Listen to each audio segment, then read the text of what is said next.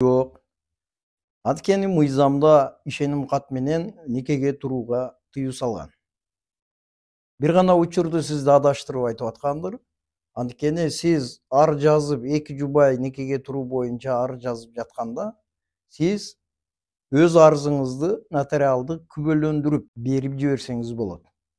Ал эми никенин өз процессинде ал сиздин ишеним кат менен же башка менен каттоого тыюу салынат.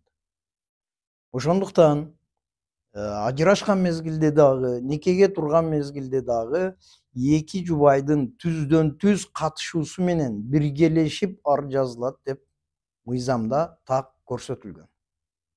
Бирок кээ бирде учурлар болуп калышы мүмкүн. Сиз алыс жакта болуп калсаңыз, өзүңүздүн ошол арызыңызды нотариалдык күбөлөндүрүп берип жиберсеңиз, экинчи жубай алып барып ошол жаак бөлүмүнө тапшырса болот. Мыйзам буга жол берет.